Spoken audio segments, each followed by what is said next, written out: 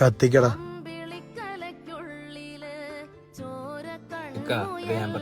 സൂക്ഷിച്ച് കൈകാര്യം ചെയ്തോണം. Okay bro. ചേട്ടാ ഒരു വെള്ളം കൂടെ. തോന്നറാവള്